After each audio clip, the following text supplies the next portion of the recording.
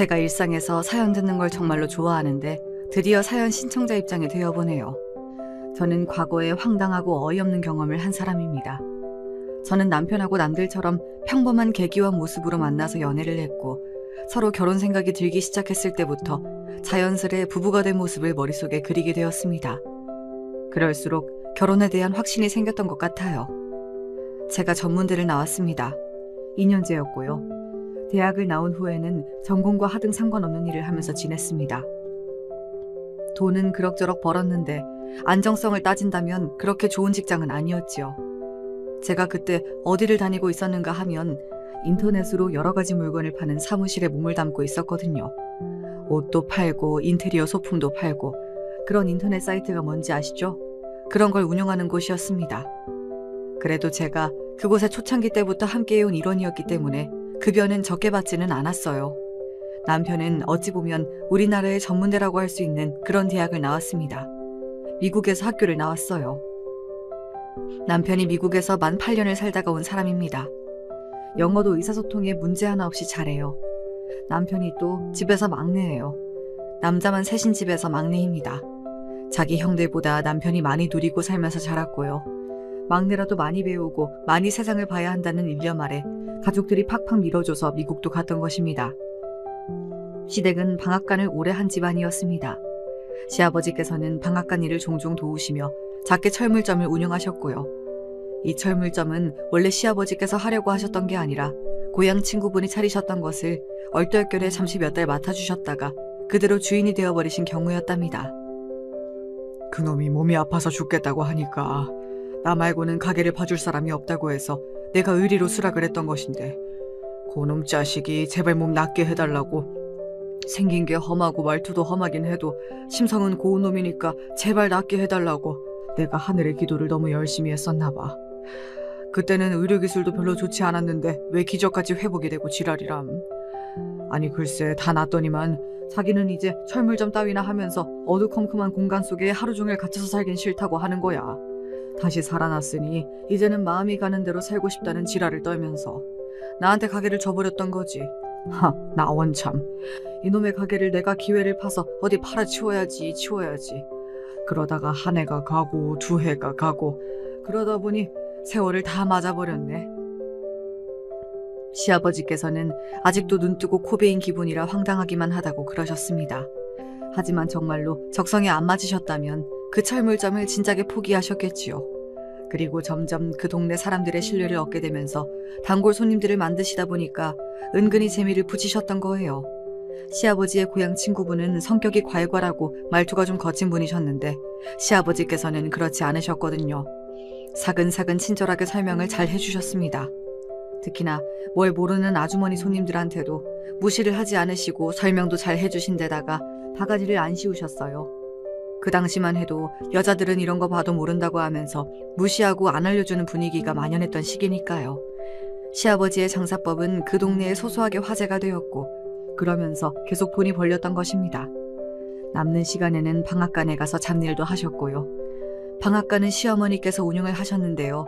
전적으로 혼자 하시는 건 아니었고 같이 하는 인력이 있었습니다. 누구인가 하면 시아버지의 누나 되시는 분이었습니다. 제 남편에게는 고모요. 그러니까 시어머니 입장에서는 시누이 되시는 분이시죠. 요즘 시대에도 자기 시누이하고 가게를 하라고 그러면 쌍수를 들고 환영할 여자가 몇이나 될까요? 하물며 옛날이었고 더 하물며 고된 방앗간 일이었습니다. 가게도 좁았어요.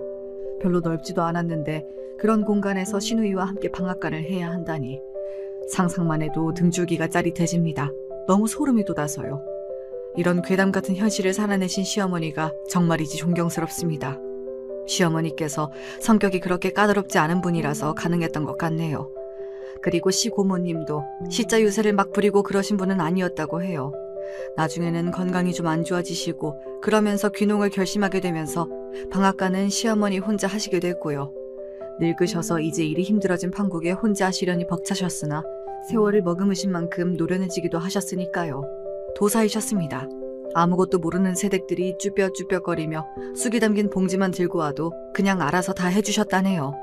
시어머니의 솜씨는 다 믿고 신뢰한다고 그 주변의 사람들이 입을 모았다지요. 그리고 자연스레 그 방앗간이 동네 사랑방의 역할을 어느 정도 하게 되어서요. 참기름 한 병 사러 오셔서는 왼종일 방앗간에 앉아서 떠들고 가시는 그런 어르신들이 비일비재하였습니다. 철물점과 방앗간은 거리가 가까운 편이라서 시아버지께서 자전거를 타고 슬슬 움직이시면 금방 도착하시는 거리였어요. 그리고 시부모님께서 사들이신 건물은 다른 동네에 있었고요. 아무리 조심하고 입단속을 해도 소문이라는 건 나기 마련이니까 괜히 이쪽 동네에다가 건물을 살 필요는 없지. 괜히 그랬다가 사달이나 나지. 시어머니께서는 그리 보셨고 시아버지 또한 전적으로 동의를 하셨다고 합니다. 아무리 서로 좋게 잘 지내며 오래 봐온 여기 일대 주민들이라고 하여도 사촌이 땅을 사면 배가 아픈 게 사람 마음인 법이라고 보셨던 거예요. 두 분이 정말 현명하셨지요. 건물은 3층짜리 상가였고요. 위치가 나쁘지 않았고 장사들도 다 잘 되고 있어서 아주 괜찮았습니다. 당연히 시간이 갈수록 값이 올랐고요. 시아버지께서는 소탈한 모습으로 손님들을 맞이하시며 수리일을 다니셨고 자전거는 정겹게 바른 모습이었으나 그런 것과는 상관없이 돈을 참으로 잘 벌고 계셨습니다. 돈이 되니까 그 철물점에 정을 붙이시며 계속 하셨던 것이지요. 방앗간 또한 한자리에서 꾸준히 단골 장사를 해온 데다가 시어머니께서 워낙 알뜰살뜰하게 사시는 분이었거든요. 절대 돈을 낭비하시는 일이 없었어요. 웬만하면 사치를 안 하셨습니다.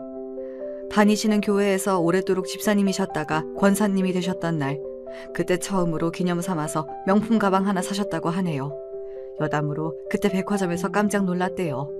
시부모님이 놀라신 게 아니라 백화점 직원이 놀란 것이었지요. 뭐 찾으시는 거라도 있을까요?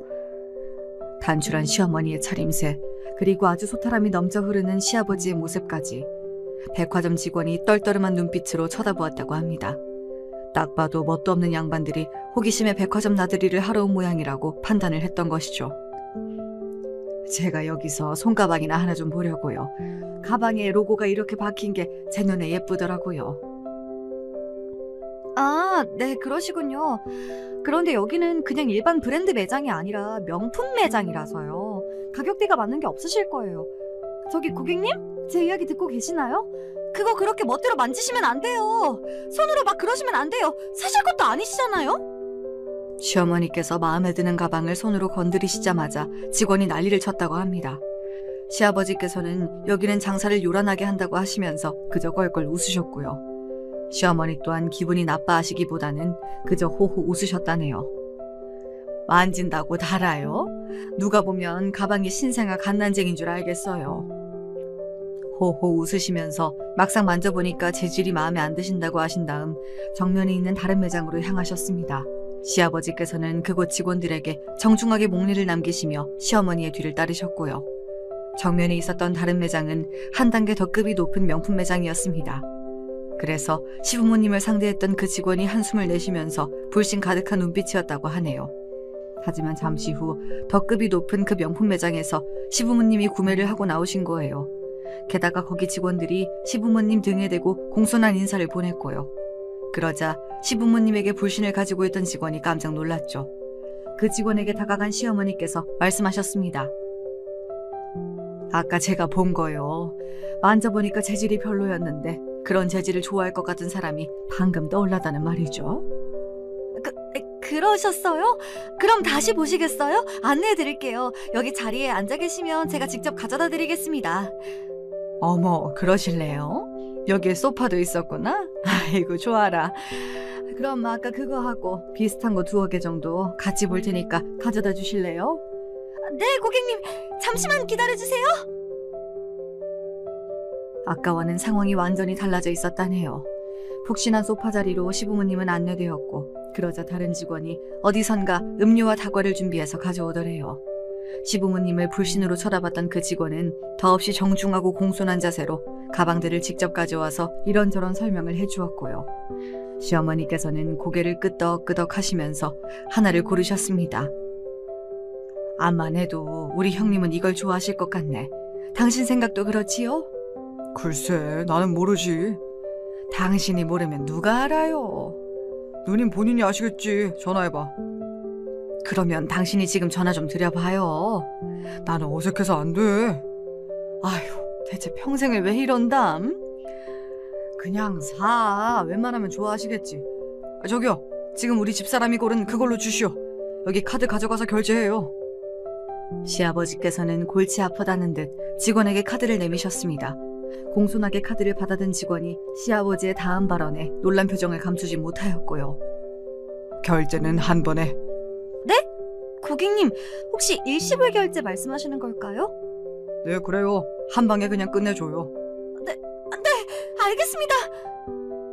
고가의 명품 가방을 일시불로 덤덤하게 결제하겠다는 시부모님의 앞에서 그 백화점 직원은 이제서야 진정으로 허리가 깊숙이 숙여졌지요. 거기 직원들이 다들 눈이 커다래져서 적극적인 자세로 시부모님의 뒤를 따라 나와서 인사를 보냈다고 하더라고요. 아주 재미있는 경험이었다고 시부모님께서는 웃으면서 회상을 하셨고요. 시부모님께서는 놀랍게도 그 시절에 중매 결혼이 아니라 연애 결혼을 하신 분이었습니다. 더 놀라운 건 여자 쪽에서 먼저 마음을 표현해서 만나게 된 관계였다는 겁니다. 저희 시어머니 정말 대범하신 분이었지요. 얼굴도 못생겨가지고 사는 형편도 좋지가 못해서 행색도 꼬질꼬질했는데 그래도 나한테 와서 내가 좋다고 말을 꺼냈던 그 용기가 참으로 가상했지. 그 자신감이 대단했어. 옛날 그때를 떠올리실 때마다 시아버지께서는 입가에 웃음이 지어지는 모양이었습니다. 그런 이야기가 꺼내실 때마다 시어머니께서 짜증스레 눈을 흘기시는 그 반응이 재미있어서 그러시는 것 같기도 하였고요. 어쨌거나 두 분이 결실을 맺었다는 게 중요한 거 아니겠어요. 첫 아들이 태어났고 시어머니께서 처음부터 아들을 낳으셨다는 것에 무척 기뻐하셨다고 합니다. 그리고 이윽고 두 번째로 아들이 태어났지요. 아들만 연속으로 낳다니 시어머니께서는 무척이나 뿌듯해하셨다고 합니다. 하지만 천천히 눈을 돌려서 보니까 당신의 시댁에는 고추밭이 풍년이었습니다. 시어머니의 시어머니, 즉 당시에는 살아계셨던 저희 시할머니 되시는 분께서 말씀하셨습니다. 다음번에는 꼭 딸을 낳아라. 객기를 부리며 싫다고 대답할 수도 없었습니다. 가만 보니까 당신의 친정에도 고추밭이 일구어지고 있었거든요. 시어머니께서는 근심에 잠기셨지요. 첫째, 둘째와는 다르게 조금 터울을 두고서 셋째가 태어났어요. 그리고 또 아들이었습니다. 당신의 친정 식구들이 크게 실망을 해서 입맛이나 멋쩍게 쩝쩝 다시는 모습을 시어머니께서는 보고 마셨습니다. 분노의 결심이 섰지요. 너는 우리 집의 셋째이자 막내야. 알았지? 더 이상 나는 자식을 안 낳을 테니까.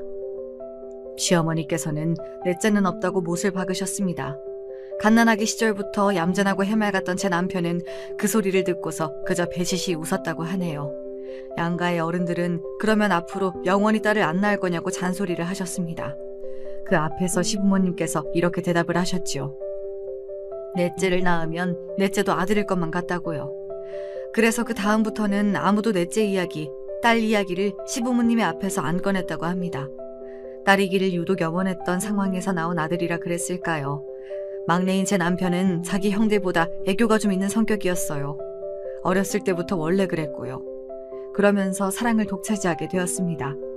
시부모님께서는 열심히 성실하게 부지런 떨며 사신 덕분에 금전적인 부분에서는 날이 갈수록 아쉬운 게 없어져 갔으나 단 하나 마음을 복잡하게 하는 문제가 있었죠. 소위 가방끈이라고 여겨지는 그 문제였습니다. 학력, 학벌 말이에요. 시아버지께서는 고등학교, 시어머니께서는 중학교까지 나오신 분들이었고요. 두 분은 옛날 분들이라서 그렇다고 치는데 자식들이 관건이었지요. 첫째인 제 큰아주버님이 학창시절을 보내실 때에는 시댁의 형편이 대단히 윤택하지 못했습니다.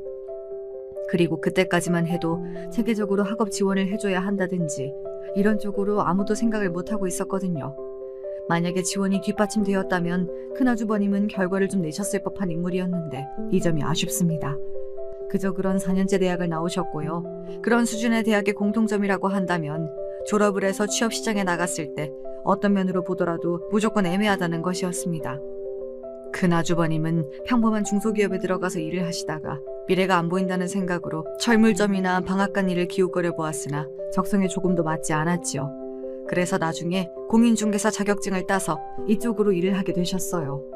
그래도 맞는 길을 찾아서 나아가신 부분이 정말 대단하고 멋있으시죠. 장남이 공인중개사가 되다 보니까 시부모님도 이제 부동산 쪽으로 어려워할 일이 없게 되었다면서 무척이나 좋아하셨습니다. 둘째가 작은 아주버님이신데 그저 그런 4년제 대학을 목표로 하셨다가 미끄러지셨습니다. 재수를 한 끝에 그저 그런 4년제 대학에 들어가셨어요. 누가 굳이 물어보지도 않지만 내가 그 대학을 재수해서 들어갔다는 건 아무튼 비밀이야. 그 정도 대학은 재수를 해서 들어가는 법이 거의 없었으니까요. 그 정도 대학에 다니다가 자퇴를 하고 재수를 해서 더 좋은 대학에 가는 경우는 많았지만요. 작은 아주버님이 하마터면 재수가 아니라 삼수를 할 뻔했다는 것은 더더욱 비밀이었습니다. 심지어 성적 관리도 잘 안 되었다고 하네요. 그걸 들고서 괜찮은 회사에 들어가는 것은 불가능이었고요.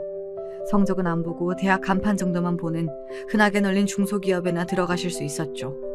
문제는 그런 곳에서도 작은 아주버님은 적응을 못하시고 배우는 게 느리셔서 헤매다가 그만두셨다는 것입니다. 그만두셨던 과정이 사실은 쫓겨나는 모양새였다는 것은 비밀입니다. 이렇듯 비밀이 많기도 한 작은 아주버님은 기세 좋게 철물점 일을 해보겠다고 하셨다가 시아버지의 혈압을 터뜨릴 뻔하셨고요. 방앗간 일을 돕겠다고 하셨다가 시고모님께 주걱으로 머리를 맞으셨습니다. 가실 데가 없었어요. 그런 작은 아주버님을 치근하게 바라봐준 사람도 있던 모양이었습니다. 사람이 죽으라는 법은 없나 봐요. 대학을 같이 다녔던 작은 아주버님의 동기가 알고 보니 집안이 인테리어 사업을 하는 경우였던 거예요. 야, 너 나랑 다니면서 일이나 배울래? 됐어. 이번에는 일하다가 내 꼬라지가 답답하다면서 페인트통으로 맞을까봐 겁이 난다. 그렇게 머리 쓸 일도 없어. 그냥 하라는 것만 하면 돼. 일단 해보고 괜찮은지 한번 생각을 해봐. 그래? 형이 그렇게까지 말을 한다면야 한번 해볼게. 작은 아주버님의 대학 동기는 동기이긴 했으나 나이가 2살 더 연상이었습니다. 그렇습니다. 그분도 현역 입학이 아니었던 거예요. 그래서 두 사람이 더 잘 맞았나 봐요. 작은 아주버님은 얼떨결에 그렇게 인맥으로 인테리어 쪽 일을 시작하게 되셨고 의외의 적성을 찾으셔서 그쪽 업계에 눌러앉으셨습니다. 이래서 사람 일은 모르는 거라고 하는가 봐요. 아주버님들 두 분이 이런 것만 봐도 왠지 결이 다르시지요. 성격이 모나지 않고 둥글둥글하다는 점은 아주 두 분이 비슷하시답니다. 시부모님께서 그러신 분들이라 아주버님들도 분쟁 싫어하고 머리 아픈 일은 슬그머니 외면하는 기질이 비슷하게 있는 것 같아요. 그런 두 분이 억센 배우자들을 동일하게 맞이했다는 점이 아주 재미있는 대목입니다. 시댁에서 아쉬워했던 점이 바로 가방끈의 길이잖아요. 사람이 재력을 얻고 나면 권력을 탐하게 된다는 말처럼 그랬던 것 같아요. 이왕이면 시부모님께서 당신의 자식들이 엘리트 소리 좀 듣고 산 여자들과 결혼하기를 원하셨습니다. 그래야 태어날 손주들의 공부머리가 좋지 않겠냐는 생각도 좀 하셨고요. 돈은 크게 개의치 않으니 집안 형편이 어찌됐든지 간에 공부를 아주 잘하는 며느리들을 데려오라고 두 분은 아주버님들을 향해 일찍이 당부를 해놓으셨습니다. 그리고 아주버님들은 두 분 다 서울대를 나온 여자들과 결혼을 하셨습니다. 학벌주의, 명문대의 최고봉이라고 할 수 있는 바로 그 서울대 말입니다. 제가 어쩌다가 서울대 출신들과 동서지간이 되었는지 이런 앞날이 펼쳐져 있을 줄은 상상도 못하는 채로 저는 유년 시절을 보낸 아이였네요. 저의 지난 이야기를 좀 해볼까요? 제가 기억하는 한 아주 어렸을 때부터 집안의 분위기는 좋지 못했어요. 친정아버지라는 인간은 아무런 도움이 안 되었습니다. 친정엄마의 얼굴은 자주 얼룩덜룩하게 물들어 있었어요. 파란색, 보라색. 엄마의 얼굴에 물들어 있는 멍자국들을 쳐다보며 저는 자랐습니다. 황당한 건 말이죠. 아버지가 먼저 만나자고 사정을 해서 두 분이 처음에 교제를 시작했던 사이라는 것입니다. 결혼도 아버지가 적극적으로 말씀을 먼저 꺼내신 거였고요. 어디서부터 잘못된 것이었는지 이제는 아예 모르겠다. 아무 생각도 안 들어. 얼굴에 멍이 크게 들어있을 때면 부끄러워서 식당 일도 못 나가셨습니다. 사람들이 수군거렸으니까요. 그럴 때면 엄마는 기력 없이 한숨만 내쉬며 집안에 앉아 계셨지요. 엄마가 말씀하시기를 아버지가 분명 처음에는 안 그런 남자였다고 하셨어요. 전혀 안 그랬던 남자가 결혼을 하고 난 뒤로부터 서서히 본색을 드러냈고 아이가 태어난 뒤로는 매사에 시큰둥한 모습을 보이더니 그때부터 시간이 점차 흐를수록 욕설은 기본이고 주먹도 쓰고 발도 쓰는 무례한이 되어갔다는 게 아버지를 옆에서 지켜보신 엄마의 증언이었지요. 저희 가족의 모습을 지켜본 사람들이 말했습니다. 왜 진작에 끝내지 못했고 도망치지 못했냐고요. 엄마는 죄가 없었고 내도록 당하며 고통을 받으셨는데 사람들은 엄마를 향해 손가락질하면서 왜 멍청하고 어리석게 답답하게 살았냐면서 욕을 했습니다. 외가는 가난했습니다. 엄마는 중학교까지만 나오셨고 고등학교는 나중에 검정고시를 따로 보신 분이었어요. 게다가 외가 식구들 자체가 썩 그렇게 사리에 박지 않았고 이속을 챙길 줄을 몰랐습니다. 집안의 분위기이며 사람들의 성품이 원체 그러하였습니다. 그런 기질을 고스란히 타고나셨던 분이 엄마였고요. 분쟁을 싫어하고 언쟁을 피했을 뿐인데 그게 그렇게나 사람들에게는 욕을 먹을 일이었나 보더라고요. 엄마 보고 자식 인생 망친 엄마라고 비난을 하시는 분도 저는 본 적이 있었습니다. 한 동네에 살던 아주머니셨는데 본인도 여자이고 엄마이면서 어쩜 그렇게 냉혹하실 수가 있었는지 모르겠네요. 맨날 당하고 살기만 하면 뭐가 옳고 그른지도 판단이 잘 안 되지요. 요즘 말로는 이런 걸 가스라이팅이라고 표현을 하던데 당시에는 그런 단어도 없었어요. 어떤 걸 당하고 있는 건지도 정확하게 모르는 채로 그저 무력하게 당하기만 하는 게 피해자의 일상이었습니다. 집에 가기 싫다. 모든 게 지긋지긋해. 그치만 집에 들어가면 웃어야겠지. 너무 크게 웃으면 안 되고 아주 약하게 웃으면서 엄마를 내가 안심시켜드려야 돼. 그게 내 역할이니까. 저는 부모님을 신경 쓰게 만들지 않는 아이, 손이 가지 않는 아이, 조용하고 착한 아이가 되는 것이 어릴 적부터 목표였어요. 불안정한 가정 안에서 보고 자란 게 전부 좋지 않은 광경들 뿐이었으니까요. 그렇다면 적어도 저로 인해서 이 가정이 더욱 힘들어지는 일만큼은 없어야 한다는 생각이 들었습니다. 그래서 조용히 지냈고 아무런 잡음도 내지 않으면서 커갔습니다. 눈치를 보느라 바빠서 학교에 준비물을 사야 하는데 그게 값이 비싸면 그냥 학교에서 창피를 당하고 혼이 날지언정 그 준비물 비용을 달라고 말을 못 꺼냈고 고기 반찬이나 햄 반찬 혹은 계란말이 같은 걸 원 없이 뜨끈한 쌀밥과 먹어보는 게 소원이었지만 꼭 참으면서 도리어 먹는 양도 적게 먹었습니다. 그래야 제가 도움이 될 것만 같았거든요. 식량을 축내는 자식이 되고 싶지 않았던 것 같아요. 어른이 어른답지 못하면 그 밑에서 아이는 아이답지 못하게 자라더라고요. 제 경험담입니다. 중학생 때 학교에서 동아리 활동이라는 걸 꼭 해야 한다고 해서 억지로 시작을 했었어요. 독서와 관련된 동아리였는데 솔직하게 뭔 활동을 했었는지는 모르겠으나 그 동아리에서 만난 친구들하고 친해져서 제 마음에 안식처가 생겼던 게 아주 중요한 일이었지요. 그런 의미에서 중학교 시절에 그 동아리가 저를 구원해 주었던 것이나 다름없어요. 그 친구들은 괴짜였습니다. 저와 다르게 더 어린 나이부터 책을 많이 읽었던 친구들이었거든요. 전부 다 두꺼운 안경들을 쓰고 있었지요. 친해지고 난 다음에 저희 부모님이 사이가 안 좋고 집구석에서 좋은 일이라고는 경험해 본 적이 없다고 제가 털어놓았는데요. 그렇게 말을 하고 나서 괜히 털어놓았나 싶은 후회가 들었는데 친구들의 반응이 의외였어요. 전부 다 안경 너머에 눈을 반짝이고 있었거든요. 그러면 너는 주인공이구나. 주인공이라는 게 갑자기 무슨 의미야? 우리 집이 그러고 산다는데 내가 왜 주인공이야? 원래 평범한 사람들은 주인공을 못해. 특별한 경험이 있어야 주인공이 되는 거야. 정말? 뭔가 이상한데? 혹시 만에 하나 우리 부모님이 이혼을 하시면?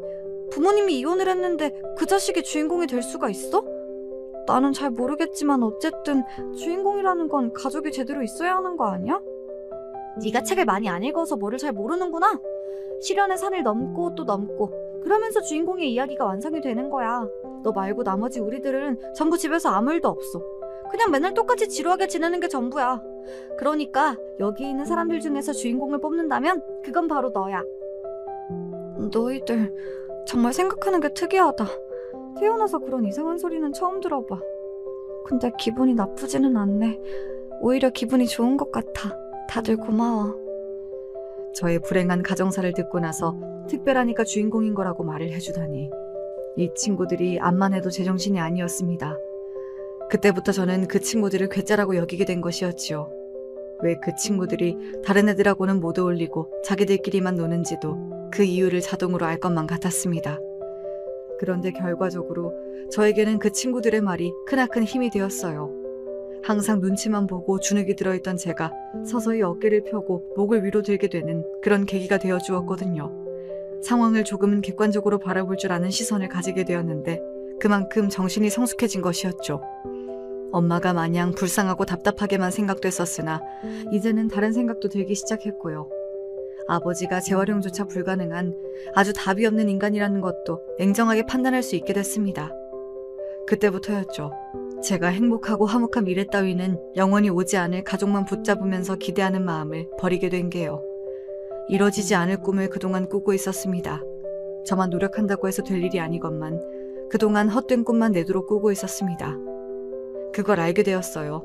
그런 현실을 인지하면 인지할수록 제 처지가 비참하고 초라하게 느껴진다는 부작용이 있었으나 그럴 때면 외치는 주문이 있었지요. 괜찮아. 나는 주인공이야. 이 세상의 주인공은 아닐지라도 제 인생의 주인공은 확실히 저였으니까요.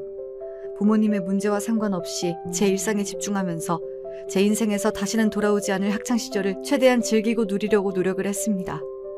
고등학교 시절에는 아르바이트를 하면서 제 용돈을 벌었고요. 그리고 고등학교 졸업 전에 부모님이 이혼을 하셨습니다.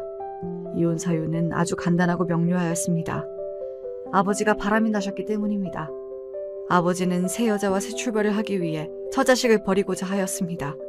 엄마는 울부짖으셨습니다. 그러면 내 인생에 남는 게 뭐야? 멍이 들 정도로 당신의 가슴을 세게 두드리며 한탄을 하셨고 저는 그런 엄마의 팔을 잡아드렸지요. 엄마, 그냥 이참에 아버지하고 끝내세요. 너는 모르는 소리 하지 마라. 내가 누구 좋으라고 이혼을 해줘? 누구 좋으라고? 엄마 좋으시라고요. 뭐? 내가 지금 억울하고 분해서 죽겠는데 이혼을 하는 게 어떻게 나 좋은 일이라는 거야? 그게 말이나 되니? 네, 지금 이혼 안 하시고 그렇게 악에 받쳐서 아버지를 붙잡으시잖아요? 그러면 모래를 쥐고 계시는 거나 다름 없어질 거예요. 모래는 결국 손가락 사이로 다 빠져나가겠죠. 엄마가 이혼을 안 해주셔도 아버지가 그 여자랑 같이 사는 걸 막으실 수가 없잖아요. 그럼 결국 엄마만 고통스러운 거죠. 엄마의 인생은 계속 아버지한테 잡혀있는 것이 되겠지요. 분하고 억울하고. 그렇다고 해서 인생을 바로잡을 기회를 놓치지 마세요. 이제라도 다르게 사셔야지요. 그냥 내려놓으세요. 다 내려놓고 엄마의 인생을 찾으세요. 엄마의 인생은 엄마가 주인공인 거예요. 너, 네가 언제 이렇게 다 커버렸니? 네가 그런 생각까지 할 수 있는 애였어? 제가 벌써 18살인데요. 엄마가 저를 보지 않고 계시는 동안에도 저는 무럭무럭 자라고 있었어요. 엄마는 당신의 두 손에 얼굴을 가득 묻고 한참이나 흐느껴 오셨습니다. 저는 이 흐느낌이 먹고 나면 두 분의 결혼 생활도 끝이라는 직감이 들었습니다. 엄마는 얼마 되지도 않는 집안의 재산을 거의 대부분 차지하는 것을 조건으로 이혼을 하셨습니다. 자식인 저를 엄마가 전적으로 책임지게 되셨기 때문에 그 돈이라도 챙길 수 있었던 것이죠. 엄마는 이제 아무런 미련도 후회도 없다는 얼굴로 아버지와 이혼을 하셨는데요. 그때 아버지의 표정이 참으로 묘하게 보였어요. 엄마가 당신에게 처절하게 매달리는 모습을 기대하셨던 걸까요? 웃기지도 않네요. 저는 후련한 기색으로 덤덤하게 아버지를 바라볼 뿐이었고요. 마지막으로 꾸벅 인사를 남긴 게 전부였던 저와는 다르게 아버지는 복잡한 시선으로 저를 끝까지 바라보고 계셨습니다. 가장의 역할도 못했던 주제에 바람이 난 여자와 꼭 결혼을 하고 싶어 하셨던 이유가 있더라고요. 첫째로는 그 여자가 돈이 좀 있는 여자였기 때문이고요. 둘째로는 그 여자가 임신을 했기 때문입니다. 저희 부모님이 이혼을 하셨을 때는 그 여자가 이미 거의 만삭에 가까웠고요. 참고로 그 여자 또한 아버지가 두 번째 결혼이었는데요. 첫 번째 결혼은 사별로 끝이 난 모양이었어요. 사별한 배우자와의 사이에서 아이가 하나 있었고요. 아들에게는 아버지가 꼭 필요하다는 논리를 들며 저희 아버지와 그 여자가 그렇게나 열렬히 붙어먹었던 모양입니다. 두 사람이 얼마나 추잡한 새 출발을 해서 살든 말든 저는 관심이 없었지요. 엄마 또한 부디 그러시기를 바라는 마음으로 살았습니다. 공부에 큰 흥미도 재능도 뜻도 없었던 저는 대학을 아예 안 갈까도 싶었으나 학비가 거의 들지 않는 데다가 취업에도 도움이 될 것 같은 전문대가 보여서 그곳에 진학을 했던 거예요. 중학교 동창인 괴짜 친구들하고는 성인이 된 후에도 연락을 꾸준히 주고받았는데요. 여전히 독특한 생각들을 하고 사는 그 친구들 덕분에 저는 항상 열린 눈과 귀로 살아가는 사람이 될 수 있었던 듯 싶어요. 인터넷 쇼핑몰을 본격적으로 운영하는 곳에 들어가서 물건의 종류와 상관없이 다 동일하게 들여와서 판매를 해야 한다는 아이디어도 내게 되었고요. 처음에는 빈약하기 짝이 없는 작은 사무실이었지요. 초반에 휘청휘청하면서 위기도 맞이하였고요. 그러나 저는 의리를 지키며 자리를 지켰습니다. 그렇게 지내던 중에 의리 없기로는 제 인생에서 최고봉인 인물이었던 아버지에게서 연락이 왔던 것입니다. 정확히는 엄마에게 연락이 온 걸 제가 전해 들은 것이었고요. 네? 아버지가 돈을 그렇게나 많이 버셨다고요? 사업? 주식? 뭔지 잘 모르겠지만 어쨌든 하는 것마다 전부 잘 되셨다는 것만은 알겠어요. 그런데 제가 궁금한 건 그렇게 버신 재산을 왜 저희한테 주신다는 거예요? 갑자기요? 그게 네 아버지가 벌을 받은 모양이야. 벌을 받았다면 그렇게 부자가 되지도 않으셨겠죠.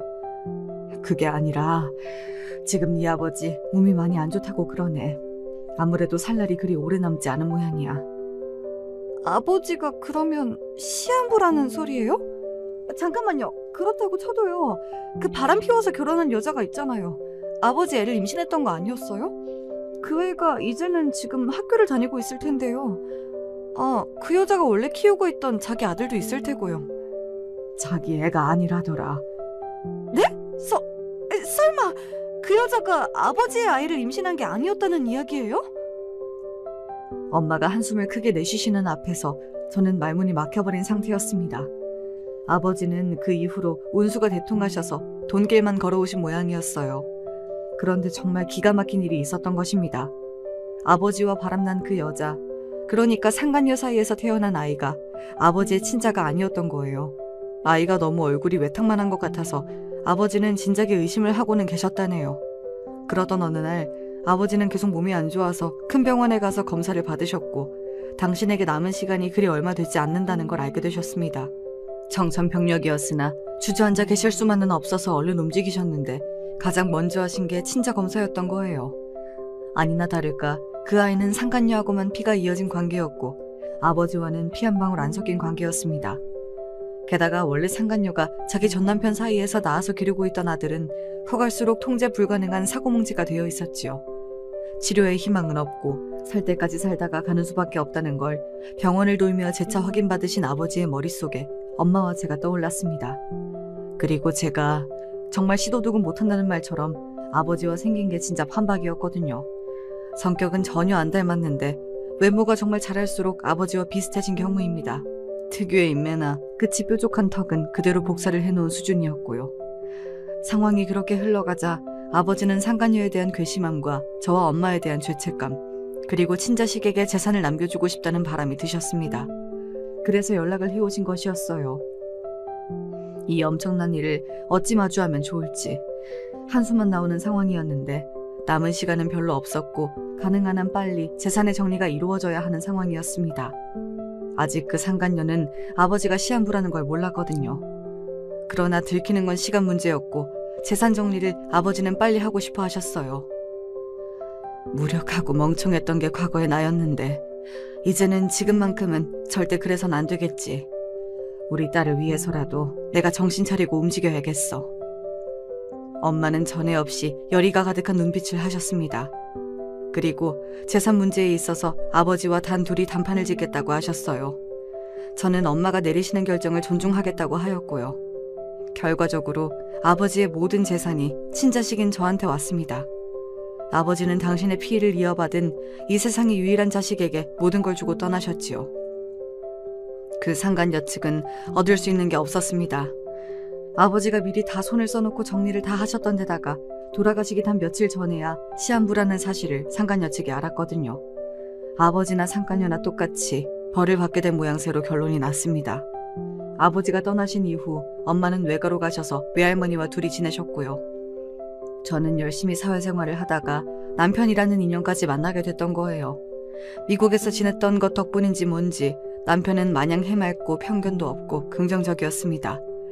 저의 어두웠던 유년 시절을 떠올리며 남편이 부럽기도 하였네요.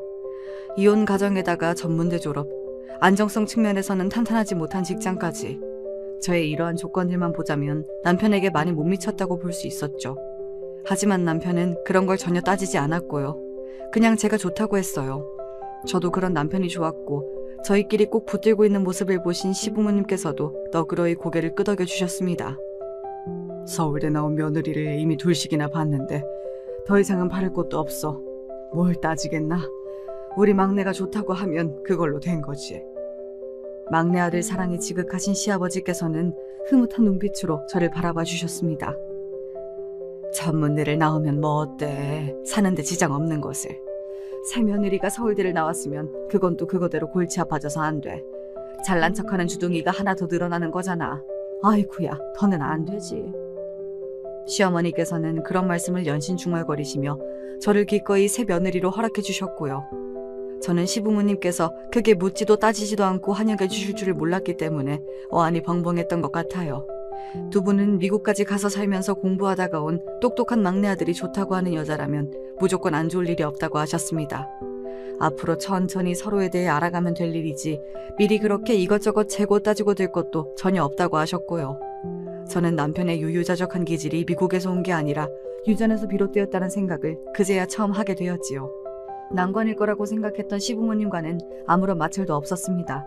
그런데 전혀 별다른 생각이 없었던 쪽에서 문제가 터지더라고요. 이래서 인생은 의외의 연속이라고 하는 건가 봐요. 제 아주버님의 서울대 부인들 말입니다. 제 손이 동서 두 분이 함께 서울대 동문안이라고 할까봐 세트이더라고요. 둘이 한 세트요. 시어머니께서 그러셨어요. 제 손이 동서들이 워낙 자기들끼리만 아는 소리를 떠들고 자기들끼리만 뭉쳐서 행동하는 경향이 있다고요. 그 이야기를 듣고 나서 그냥 그런가 보다 싶었는데 그걸 제가 직접 겪게 되었던 거예요. 며느리들끼리 인사 나누고 친목을 나누라고 하면서 시부모님께서 카드 한 장을 내어주셨습니다. 맛있는 밥 한 끼를 같이 먹으라고요. 근사한 식당에 다녀오라는 말씀을 들으며 저는 신이 나서 눈을 빛냈습니다. 하지만 카드를 받아드는 큰 형님이나 그 옆에 작은 형님은 저하고 낯빛이 그때 좀 달랐어요. 날짜는 언제로 할까요? 두 분이 편하신 대로 제가 맞출게요. 제가 그렇게 먼저 온을 띄우자 형님들은 머쓱한 기색으로 고개만 끄덕이실 뿐이었어요. 사람 맥 빠지게 왜 저러시나 싶었는데 지켜보시던 시어머니께서 소리 없이 한숨을 내쉬며 고개를 돌리시는 게 보였답니다. 서울대 출신 형님들이 여태 집안에서 한 가닥씩 하고 계셨다는 것을 저는 느낄 수 있었고요. 얼마 뒤 고급 소갈비 식당에서 만나는 것으로 일정이 잡혔습니다. 그곳은 시아버지께서 추천해 주신 장소이기도 했어요. 남편도 거기를 가봤는데 아주 맛있는 곳이라고 했어요. 듣기만 해도 침이 고이더라고요. 기대를 많이 하고서 그날 도착을 했지요. 안녕하세요, 형님들. 저 왔어요. 명랑하게 인사를 드리면서 테이블로 다가갔는데 두 분이 똥 씹은 표정으로 저를 보시는 게 아니겠어요. 게다가 4인 테이블석이었는데 두 분이 마주보고 앉으신 상태였어요. 본능적으로 저는 이쪽도 저쪽도 옆으로 가서 앉기가 상당히 민망할 것 같다는 예감이 들었습니다. 게다가 이제 보니까 테이블에 이미 음식이 나와 있었고 두 분이 이제 막 드시기 시작한 그런 때였더라고요. 제가 시간 맞춰 잘 온 줄 알았는데 그래도 제가 좀 늦었나 보네요. 저기 그런데 제가 어느 쪽에 가서 앉으면 좋을까요? 혹시 두 분이 나란히 앉으신다면 그렇게 해도 좋고요. 제가 옆에 앉으면 불편해하실까봐 두 분이 혹시 나란히 옆으로 앉으실 거냐는 질문까지 드렸습니다. 제 딴에는 온 사력을 다한 것이었죠. 바로 그때 메인 메뉴인 소갈비가 가득 담긴 접시가 도착을 했습니다. 두 분은 제가 도착한 순간부터 지금까지 저에게 일절 대꾸도 안 하신 채였고요. 작은 형님이 불판 위로 소갈비를 올려주시더군요. 그래서 제가 작은 형님 옆으로 가서 슬쩍 앉았습니다. 그러자마자 큰 형님이 젓가락을 테이블 위로 소리나게 내려놓으셨어요. 밥맛 떨어지게 진짜.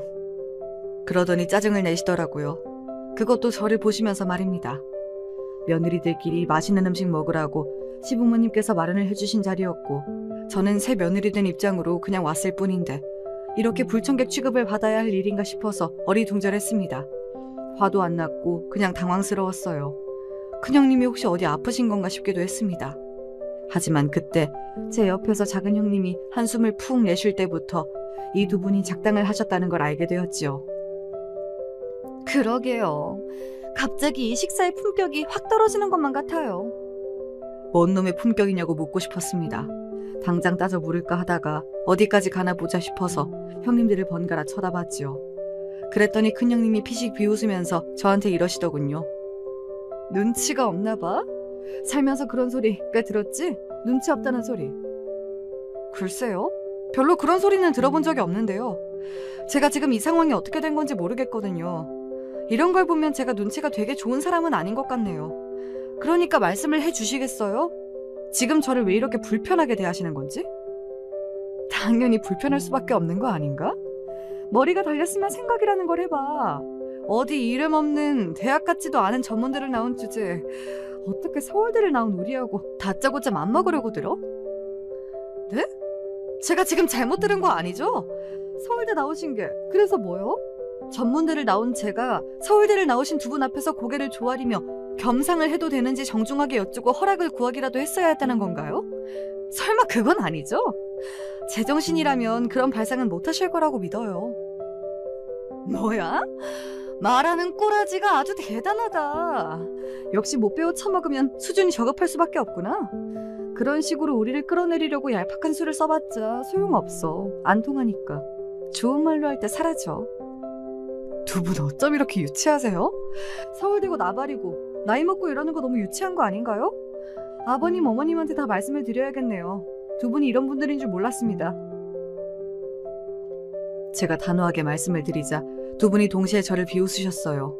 집안에서 사랑받으며 커온 막내 아들의 옆자리를 꿰찬 것 하나로 너무 기세등등한 것 아니냐며 그래봤자 저라는 인물 자체는 아무 보잘것 없으니 서울대 출신인 본인들하고는 게임이 안 된다고 하셨습니다. 작은 형님은 저보고 이만 꺼지라는 듯 팔로 저를 슬쩍 밀어내기까지 하셨어요. 그래서 제가 친절하게 밀려나 드렸고요. 미련 없이 그곳을 나와서 시댁으로 향했습니다. 그리고 몇 시간 뒤 시댁으로 오라는 호출을 받고 형님들이 삐딱한 자세로 입장을 하셨죠. 근데 시부모님, 아주버님들, 제 남편까지 다 모여있는 것을 흠칫하셨습니다. 편파적이고 편향적인 수준 낮은 고자질 하나로 지금 이런 자리가 만들어졌다는 게 믿어지지가 않네요. 큰형님이 근엄하게 외치셨고 작은 형님도 따라서 입을 열려던 그 순간이었습니다. 작은 아주버님이 다급하게 자기 부인의 팔을 잡아 끈 것이죠. 그리고 얼른 귀에 속닥거리셨어요. 귓속말을 들으신 작은 형님의 낯빛이 창백해졌죠. 저는 그렇게 생각 안 합니다. 아까는 식당에서 저희가 실수를, 아니지, 잘못을 명백히 저질렀거든요. 너무 큰 잘못이었고 반성을 하고 있습니다. 작은 형님이 딱딱하게 굳은 표정으로 입가를 떨며 그렇게 말하자 큰 형님이 깜짝 놀라셨습니다. 갑자기 미치기라도 한 거냐고 작게 물으셨는데 다른 사람들한테도 다 들렸습니다. 왜 그러냐는 채근이 이어지자 작은 형님이 결국 이렇게 외치고 마셨어요. 200억대 자산가라고 하잖아요. 빌딩 주인이라고 하는데 그럼 어떡해요? 홧김에 외치시고는 민망함에 헛기침을 하셨고요. 큰형님은 어안이 벙벙한 채로 저를 보셨다가 다른 사람들을 보셨습니다. 공인중개사인 작은 아주버님이 측은한 눈빛을 보내시며 고개를 끄덕이셨고 그걸 보신 큰형님이 그제서야 입을 틀어막으시며 자리에 주저앉으셨어요. 간신히 버티고 계셨던 것인지 다리에 힘이 풀린 작은 형님도 따라서 주저앉으셨고요. 저기 동서? 우리 동서한테 아까는 내가 좀 심했지? 내가 요새 일이 좀 안 풀려서 스트레스가 심해서 그랬나 봐. 정말 미안해요. 이젠 안 그럴게요. 우리 앞으로 잘 지내봐요. 갑자기 웬 존댓말까지 하시더군요. 그 잘난 서울대 출신께서 이렇게 금방 무너지셔도 되는가 싶었으나 식은땀까지 금세 흘리시는 모습에 괜히 모난 마음은 더 갖지 말아야겠다 싶더군요. 형님들은 공부를 무척 잘하셨으나 공통적으로 친정에 돈은 썩 그렇게 없었거든요. 개천용 비슷한 경우였지요. 저는 돌아가신 아버지에게서 재산을 싹 물려받았고 그걸 현명하게 관리해오고 있었습니다. 시댁에 공개된 저의 재산 수준 앞에서 형님들은 완전히 넋이 빠질 수밖에 없었죠. 아주버님들도 많이 놀라신 상태였고 남편만 싱글벙글이었습니다. 시부모님께서는 역시 우리 막내가 최고라면서 엄지를 들고 계셨고요. 그래서 어쩌다 보니 사랑받고 커온 막내 아들에 이어서 사랑받는 막내 며느리까지 저희 부부가 세트가 되어버렸네요. 형님들이요? 그 이후로 찍소리도 안 하셨답니다. 서울대의 시옷자도 그 이후로 제가 들어본 적이 없는 것 같네요.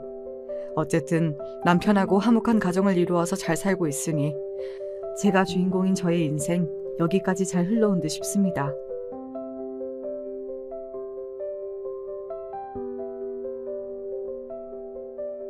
항상 팔불출 같다고 할까봐 남편 자랑을 어디 가서 하지 않았어요. 우리 남편은 저한텐 아빠고 오빠고 히어로거든요. 저렇게 얘기하면 어이없어 하는 사람도 있었고 눈꼴 싫어하는 사람들도 있었어요. 그래서 그 후로는 속으로만 몰래 자랑스러워 했었는데 오늘은 사연 채널에 우리 남편 자랑을 좀 해보려고 해요. 남편은 화학공학과 교수예요. 대기업과 연계되어 있는 사업도 워낙 많고 나라에서 주관하는 프로젝트도 참여하고요. 일이 워낙 많다 보니까 같이 업무를 하는 조교도 여럿이고 행정 업무, 기본 사무만 봐주는 직원들도 있어요. 보통은 대학 본관에 소속되어 있는 사람들이 많은데 저는 예외로 프로젝트 사업할 때 들어온 사무 직원이었어요. 워낙 처리해야 하는 서류도 많고 이리저리 전화받고 서류 발송하고 팩스 보내야 하는 일들이 너무 많은 바람에 고졸인 제가 일을 하게 됐어요. 정말 운이 좋았죠. 사실 고졸이라고 아무나 들어올 수 있는 건 아니었지만 제가 컴퓨터 자격증이 많아서 업무에 많이 능숙하고 전산 회계를 할 줄 알았기 때문에 일을 하게 됐어요. 남편은 경상도 사람이고 완전 친드레 스타일이에요. 좀 많이 무뚝뚝하거든요. 근데 참 믿음직하고 거짓말도 안 해요. 그래서 믿을 수 있는 사람이라 결혼했답니다. 그렇다고 센스 없고 무심하진 않아요. 그래서 제가 참 좋아하는 것 같아요. 남편은 자수성가해서 참 부지런해요. 부지런하고 성실한 게 얼마나 대단했으면 이리저리 다 소문이 나서 곳곳에서 여러 프로젝트를 남편이 맡아주길 바래요. 특히 남편은 어떤 일이라도 남한테 미루는 걸 제일 싫어해요. 항상 매의 눈으로 모든 사람들을 예의주시하고 잘 살펴보는 사람이에요. 전 제가 좋아하는 거에 관심이 있고 사실 주변은 크게 살피지 않으려고 하는 편이거든요. 그래서 남편이 절 주시하고 있는 것도 사실은 잘 몰랐어요. 남편을 처음 만났을 때 남편은 33살이었어요. 나이도 젊은 데다 능력 있는 교수였던 남편은 제가 다른 사람들이랑 행동하는 게 다르단 걸 남편은 알고 관심을 가지고 있었나 봐요. 전 식물을 많이 좋아하거든요. 식집사라서 어릴 때부터 화분에 허브들을 키우고 죽은 식물들한테 정성을 들여서 키워내는 걸 좋아했어요. 사무실 안에 화분들이 시들시들 하길래 햇빛도 볼 수 있게 집에 남는 식물 등 가져와서 좀 켜주고 식물 비료도 좀 줬더니 금방 또 잘 자라더라고요. 그리고 먼지 제거하는 걸 좋아해서 잘 닦고 다녔어요.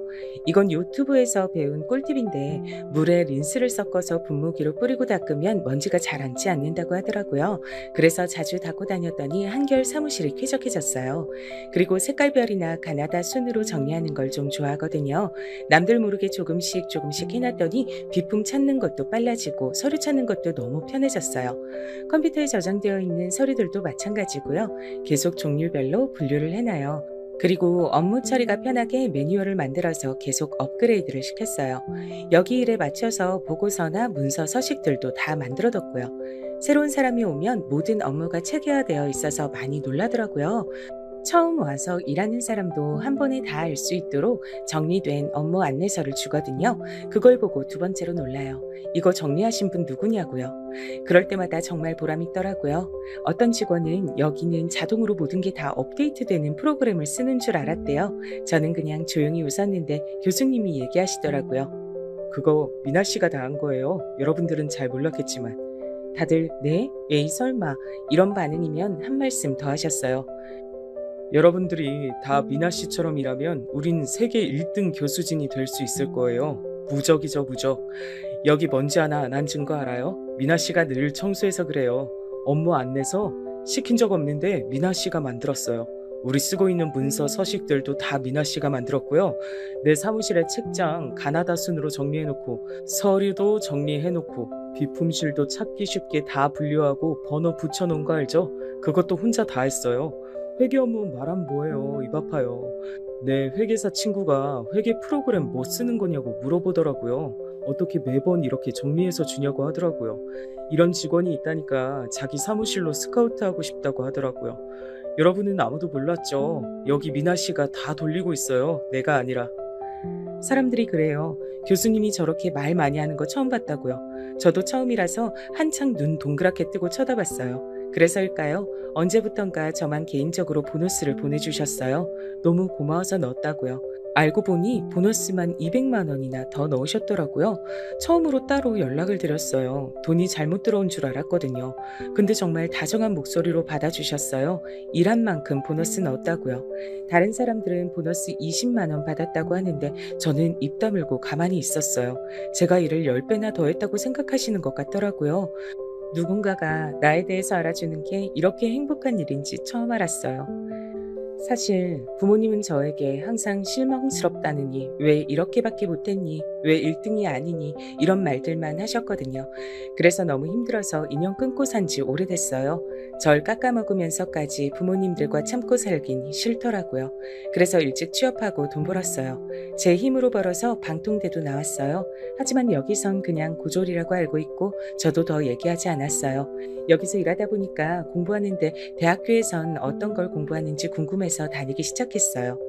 학교 다닐 때만 해도 공부도 잘해서 좋은 대학 갈 거라고 생각했어요. 저도 그렇고 주변 사람들도 다 그렇게 생각했죠. 그런데 고3 때 제 인생에 너무 큰 사건이 있었어요. 아직도 그때를 생각하면 후회밖에 되질 않아요. 그래서 그 이후로 여러 강박들이 생긴 것 같아요. 항상 주변을 살피고 다니는 게 습관이 돼버렸어요. 수민이라는 제 친구, 아직도 보고 싶어요.